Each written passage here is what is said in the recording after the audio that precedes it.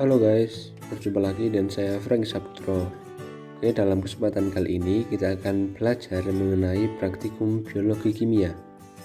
Praktikum kali ini kita akan membahas bab mengenai protein, di mana pada percobaan kali ini kita akan menguji mengenai reaksi Hopkins-Cole.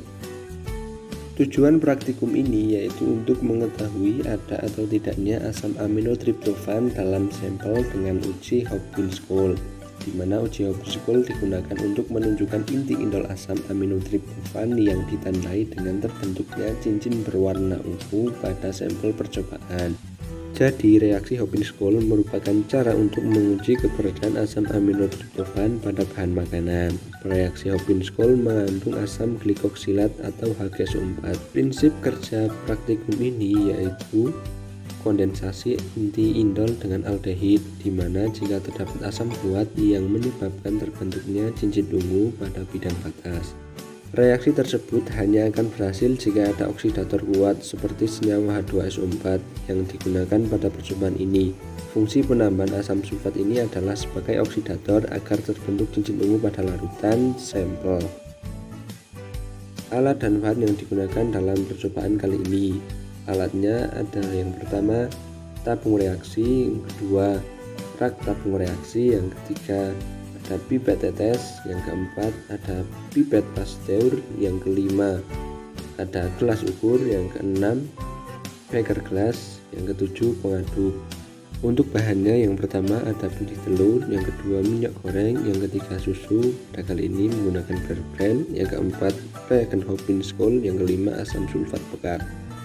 Cara kerja praktikum kali ini yang pertama yaitu menyiapkan alat dan bahan yang akan digunakan dalam keadaan bersih atau steril. Yang kedua, pada tabung reaksi 1 memasukkan putih telur yang telah diencerkan sebanyak 3 ml. Yang ketiga, pada tabung reaksi 2 memasukkan minyak goreng sebanyak 3 ml.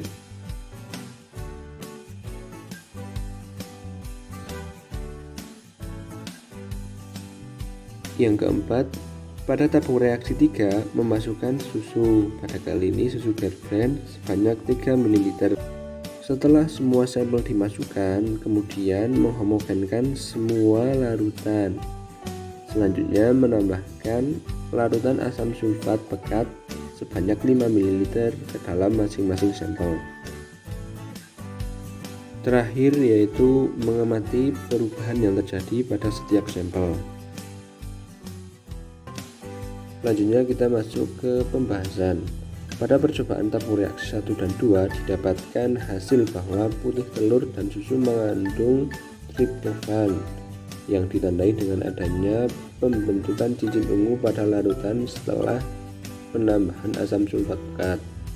Sedangkan pada tabung reaksi 3 didapatkan hasil bahwa minyak goreng tidak mengandung triptofan karena cincin yang dibentuk bukan cincin berwarna ungu, melainkan cincin berwarna coklat. Berikut gambar masing-masing sampelnya. Triptofan merupakan salah satu dari 20 asam amino penyusun protein yang bersifat esensial bagi manusia. Gugus fungsional yang dimiliki triptofan yaitu indol yang tidak dimiliki oleh asam amino lainnya. Berikut mengenai gambar senyawa reaksi Hopkins-Cole dan juga gugus asam amino triptofan. Terakhir yaitu kesimpulan. Dari hasil praktikum dapat disimpulkan bahwa putih telur dan susu positif mengandung asam amino triptofan yang ditandai dengan adanya cincin berwarna ungu pada bidang batas.